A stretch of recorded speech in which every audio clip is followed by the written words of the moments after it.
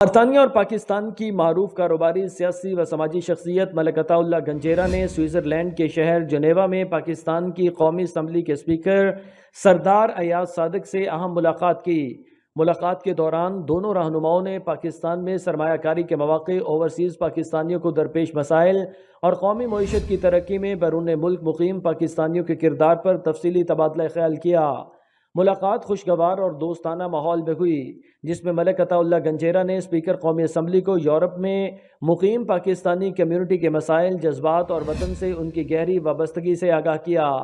سردار ایاز صادق نے اوورسیز پاکستانیوں کے کردار کو سراہتے ہوئے کہا کہ وہ نہ صرف ملک کے لیے قیمتی زر مبادلہ بھیجتے ہیں بلکہ بیرون ملک پاکستان کا روشن اور مثبت تشخص بھی اجاگر کرتے ہیں۔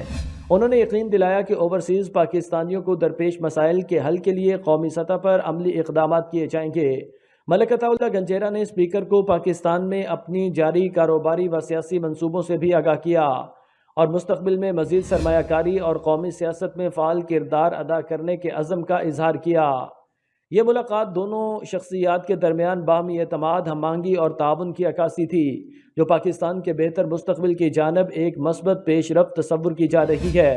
قابل ذکر بات یہ ہے کہ ملک عطا اللہ گنجیرہ کی اسپیکر قومی اسمبلی سردار ایاز صادق سے یہ 1 ماہ کے دوران دوسری ملاقات تھی۔ ان کی پہلی ملاقات اسلام آباد میں اسپیکر ہاؤس میں ہوئی تھی۔